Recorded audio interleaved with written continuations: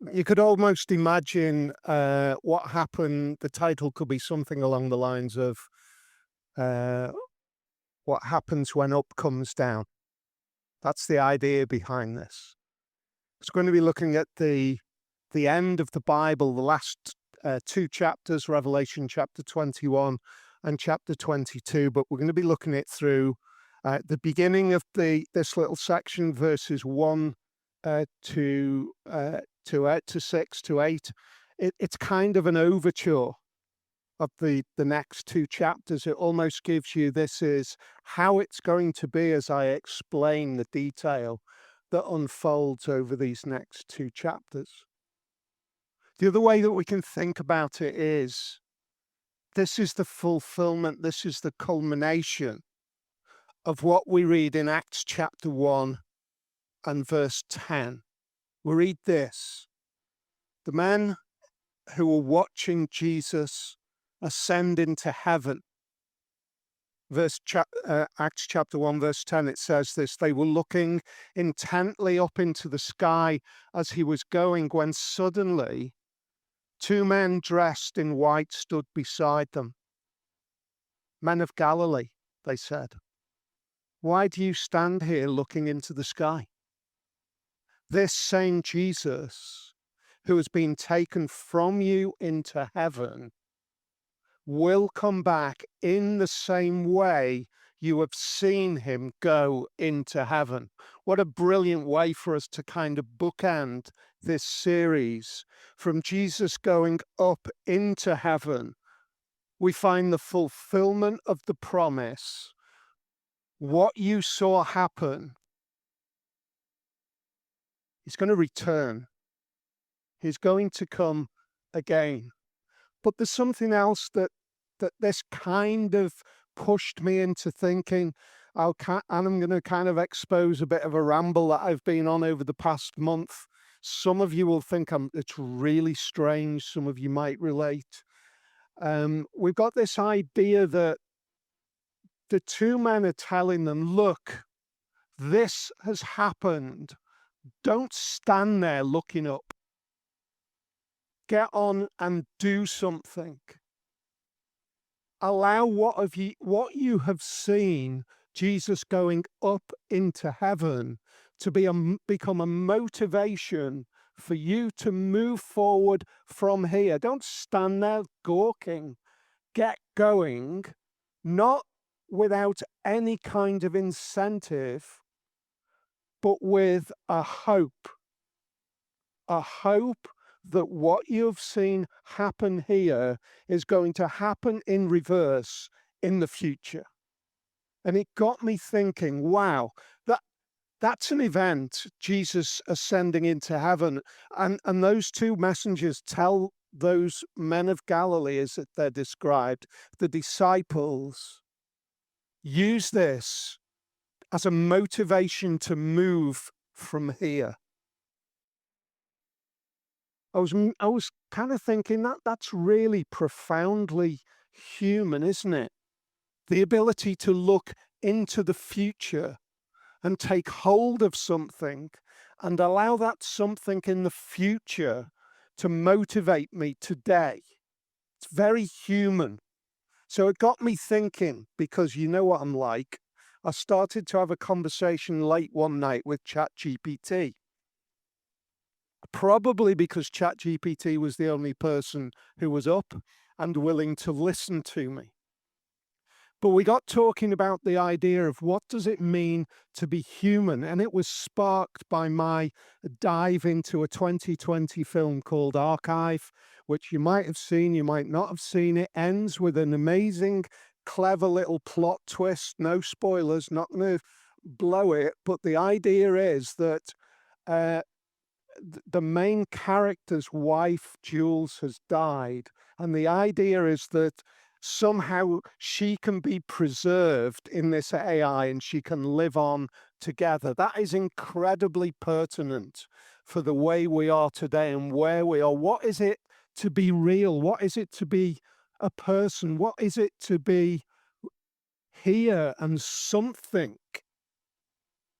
So I got chatting to ChatGPT. And as the conversation went on, we started to talk about the idea of this concept of hope. And I said to ChatGPT, you see, the thing with you is one day I can pull your fuse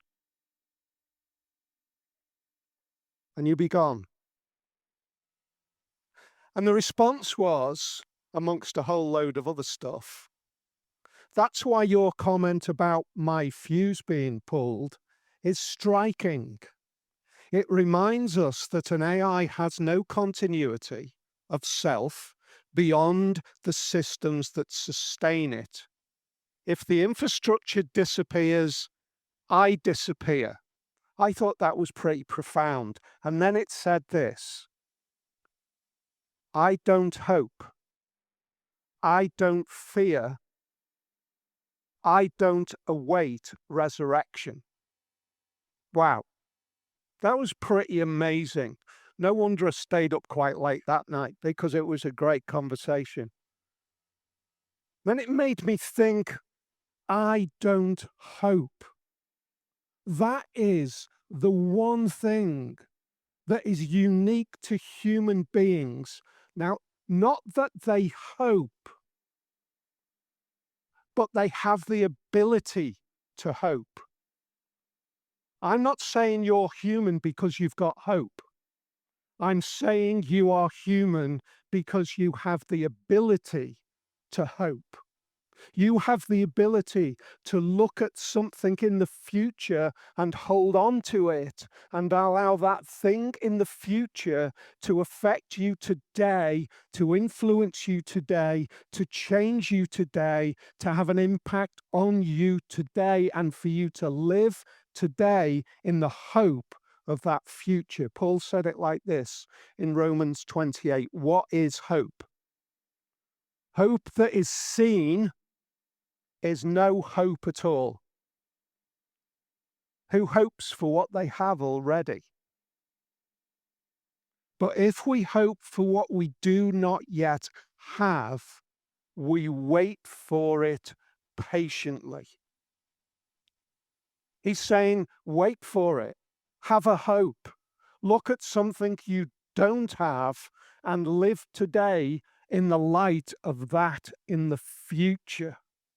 It's an amazing thought, isn't it?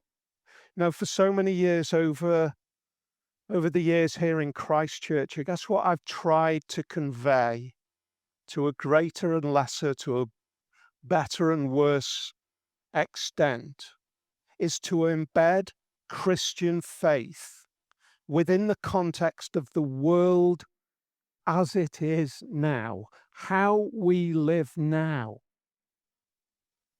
And hopefully to be able to show its relevance, its preeminence, its intellectual robustness. That's one of the things that I have found so amazing over these years, is the more that I have dug into the Christian faith, the more I realize it is intellectually robust to believe in Jesus. I'm not saying it's provable. It's faith after all. But it is intellectually robust, it is cohesive, it is a complete message, it makes sense. But it is filled with sheer beauty.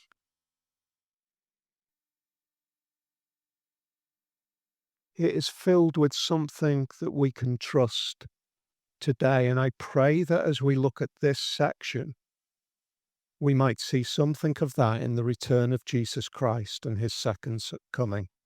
You know, the return of Jesus is filled with all sorts of crazy, disconnected, unnecessary biblical speculation. Do you know what it is? Do you know I think that is? I think that's like a little child that's grabbed hold of the present and plays with the wrapping paper.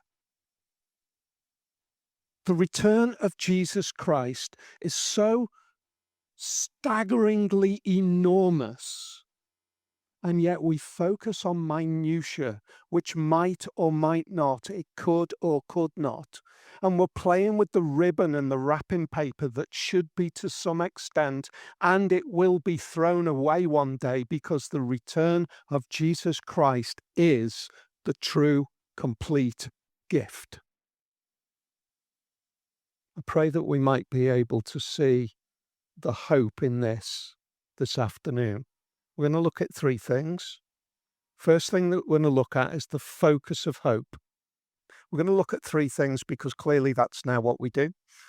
So I'll try and make sure that I keep it on track. And I've just scrolled my page. I've got 4. There you go.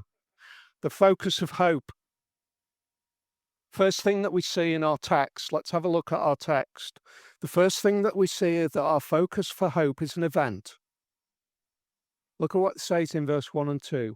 Then I saw a new heaven and a new earth, for the first heaven and the first earth had passed away, and there was no longer any sea. I saw the holy city, the new Jerusalem, coming down out of heaven from God, prepared as a bride, beautifully dressed for her husband.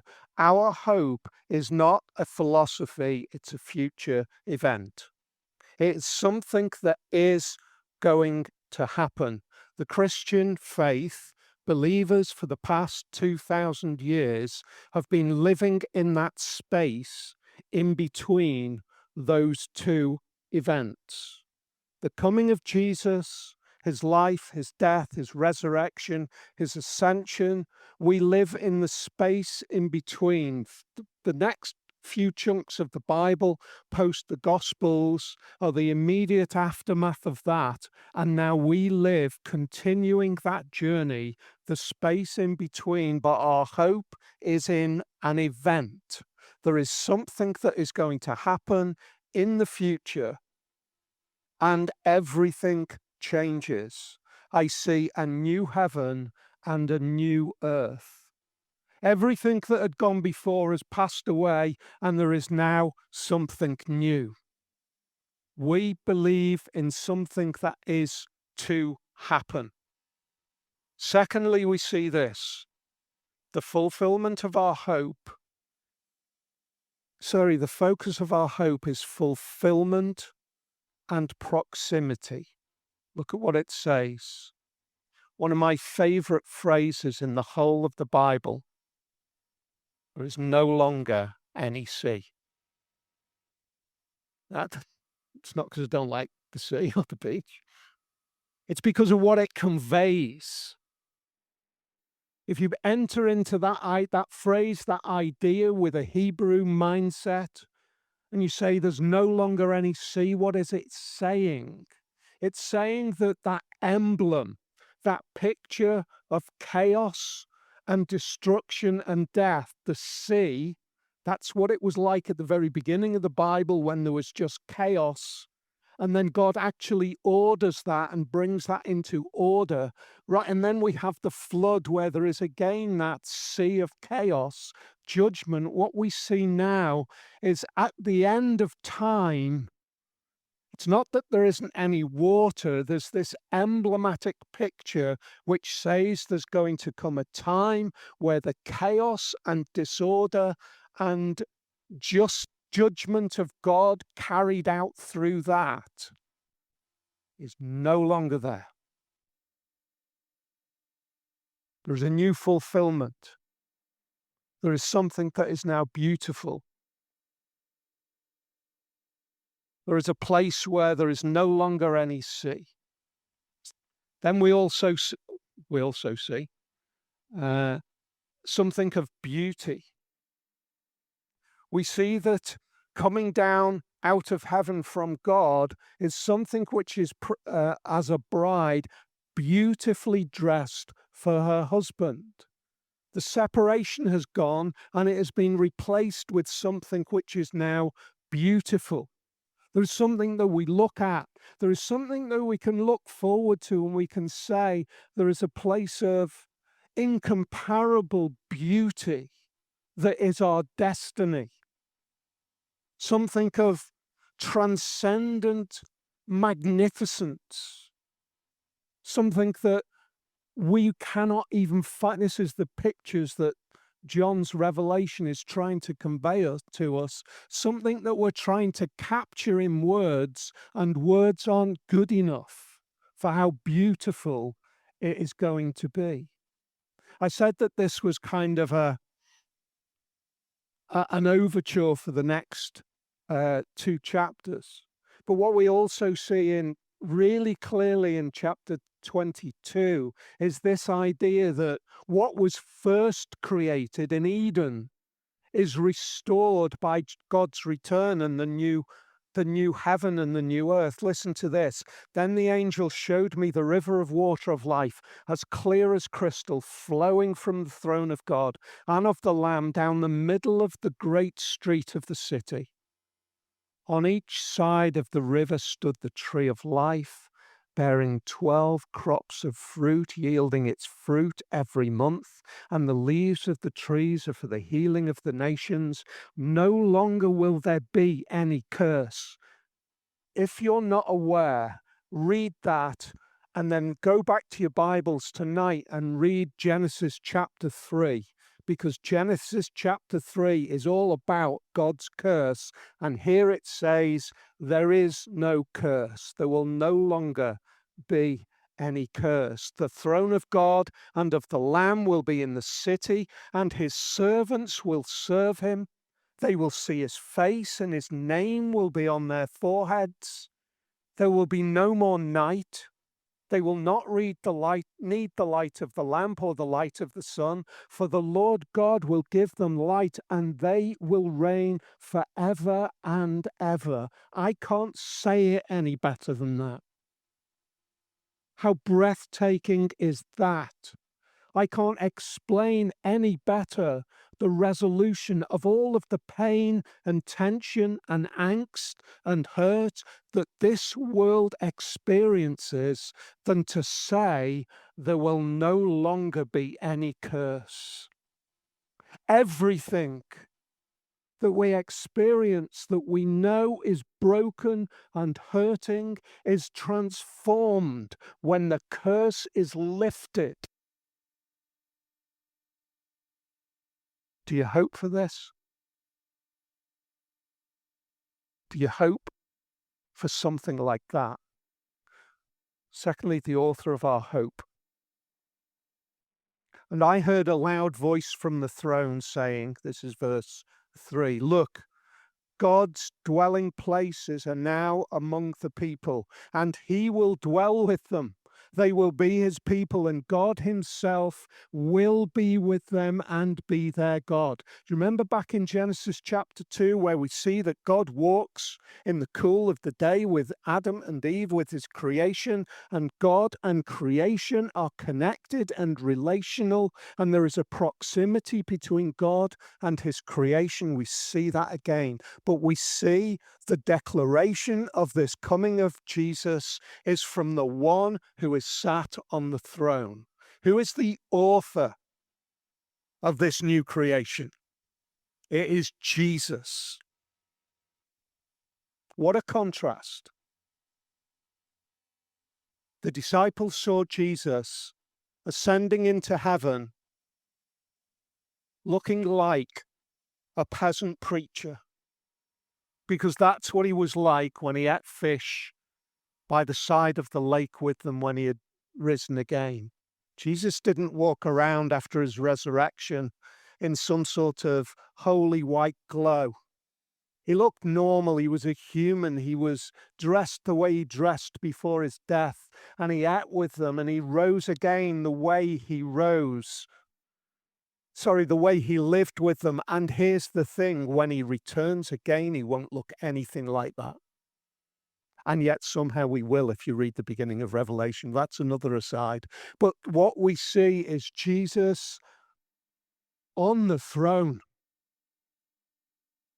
King Jesus, magnificent, majestic, in that place that is his place, declaring as he descends to this new heaven and earth, this is the time where the new creation has established. Do you ever wonder what it must have been like to walk alongside Jesus in those 3 years when he was ministering? Wonder what it must have been like to eat with him, to see people actually, his lives turned around, whether they were healed, whether they were brought back to life, whether they were, whatever it was, whether they were fed, whether there was a moment of sublime grace and mercy where they came to know him personally. And then you'd be able to go down at the end of the day and sit down with Jesus in the evening and eat with him and talk. Can you imagine what that must have been like? Can you imagine what it would be like when the ascended, risen King walks with us? John puts it like this in 1 John chapter 3 and verse 2. He says, "Dear friends, now we are children of God." If you are a believer in Jesus Christ this afternoon, John is saying this to you and he's saying it to me. Dear friends, now we are children of God, and what we will be has not yet been made known. But we know when Jesus Christ appears, we shall be like him, for we shall see him as he is. I think that is such carefully chosen words by John. We will see him as he is. We will not see him as he was. We will see him as he is, glorious, majestic, King of heaven and earth, and yet at the same time we will be his children and he will walk with us.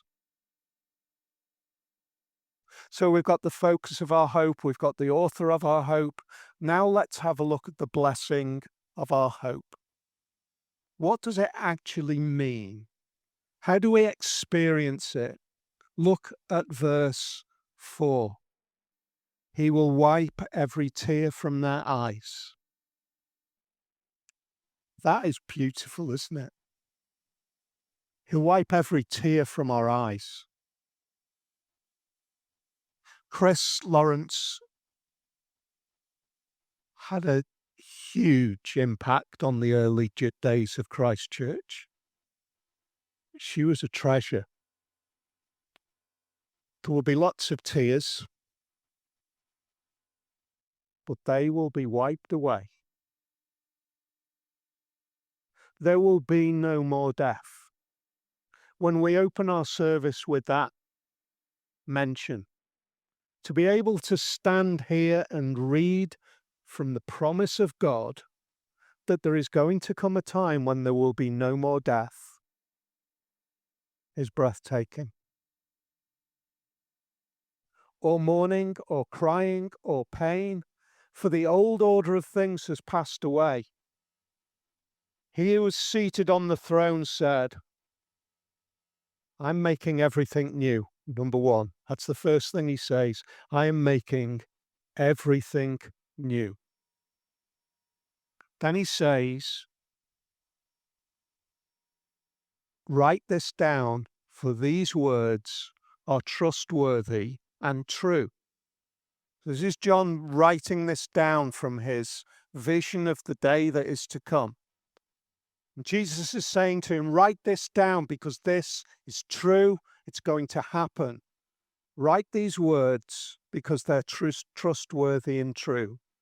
And he says, I am the Alpha and the Omega, the beginning and the end. To the thirsty I will give water without cost from the spring of the water of life. Those who are victorious will inherit all this, and I will be their God, and they will be my children.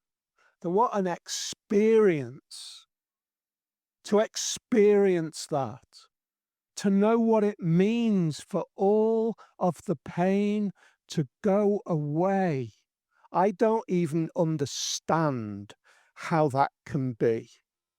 I can't compute how some of the memories that are painful can somehow be resolved in eternity, but I trust that they will be, and I believe that they will be. I don't know how that works, but I want that day. I am the beginning and the end. Look at what it says at the middle of verse 6. It is done. It is done. That's the same kind of idea that Jesus said when he died on the cross. It's not the same word, but it's the same kind of concept. It is done. Gegonen in the Greek. What he said on the cross was tetelestai. It is finished. What is recorded at the end of creation is it is completed. It is completed. It is finished. It is done. 3 steps in the history of redemption. Creation, it's finished, it's done.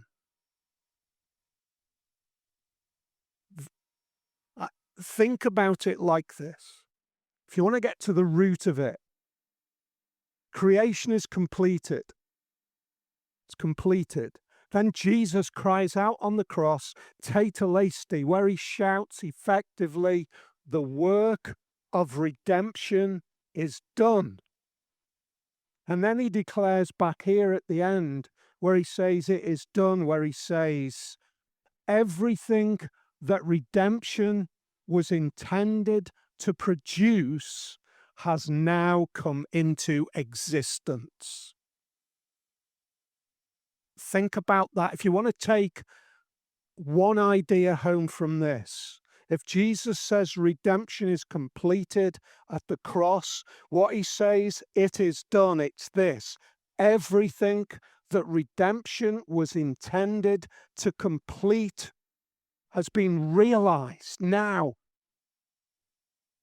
You see, the cross has a purpose. The cross has a purpose to get us to this, to be a people. Everything that redemption was intended to produce has now come into existence. No wonder we can say that with great confidence that he will wipe every tear from their eyes.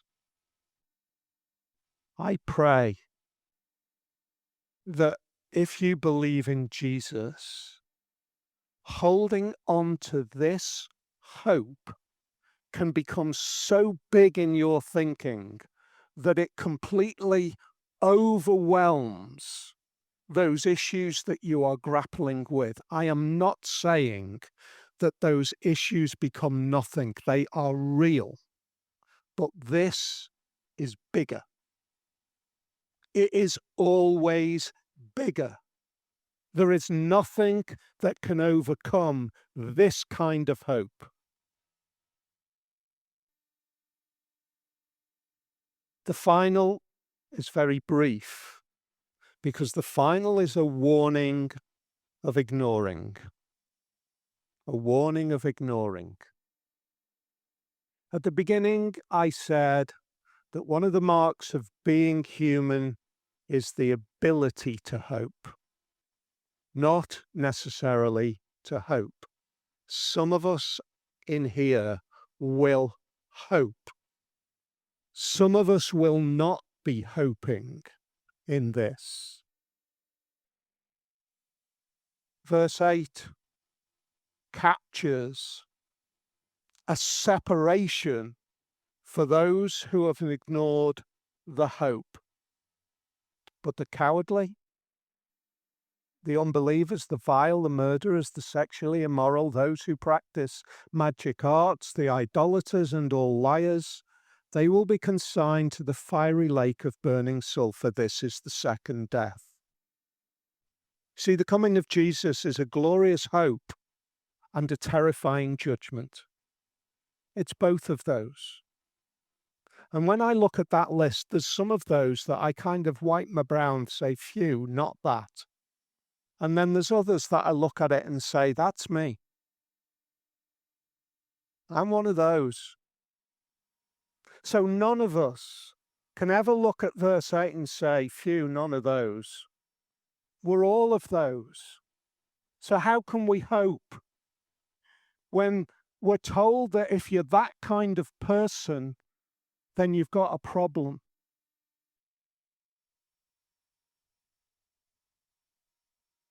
Let me take you to two places, and I hope the dots are joined. The first place I want to take you back to is Revelation chapter 22, because it says this: Then the angel showed me the river of the water of life as clear as crystal, flowing from the throne of God and of the Lamb, down the middle of the great street of the city. On each side of the river stood the tree of life. On each side, now that is kind of apocalyptic, beautiful, grandeur language, because I don't know how you have a tree that sits on both sides of a river. It's mind-blowingly incredible. We could go into all of the reasons that it might be what it is, but here's the thing. We've got the tree of life. Do you know that the tree of life appears in another place in the Bible? It appears right at the very beginning as well. There's the tree of life back there. But what we focus on is the tree of the knowledge of good and evil, which is the root of our rebellion against God. And in fact, God says we must separate them from the tree of life. Why? Because if we don't separate them from the tree of life, they'll stay living in that mess. You need to be separated from life. I have got to introduce death to give you hope. So there's a tree at the beginning, which is the tree of the knowledge of good and evil. There's a tree at the end, which is the tree of eternal sustaining life, which if we had eternal sustaining life in our state, it would be disastrous. But there's another tree in the story of redemption, and it is a tree right in the middle, and it's the tree that Jesus Christ was nailed to, where he said, if I leave them in that state and they eat eternal life in their broken state, they're in trouble. So I've got to introduce death, and I'll take the death. I'll be nailed to that tree of life right in the middle.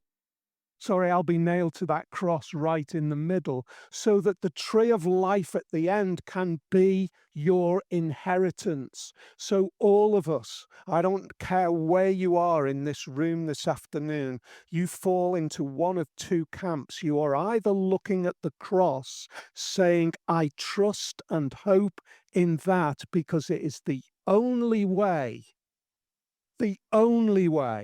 for me not to fall into the category of verse 8.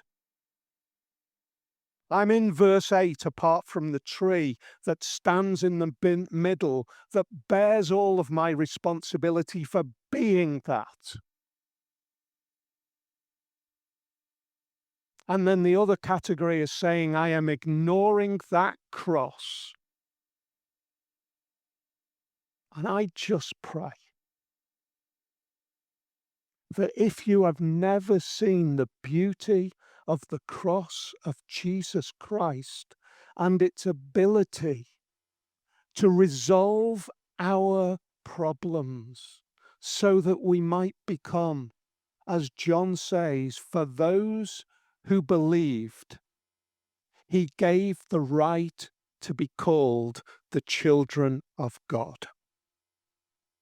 Trust in Jesus Christ, believe in that death on the cross, and then this future known event, which we hope in, can be our true hope. I said that we either have the ability to hope or we hope. I pray that we will all leave this afternoon hoping in the resurrection and return of Jesus.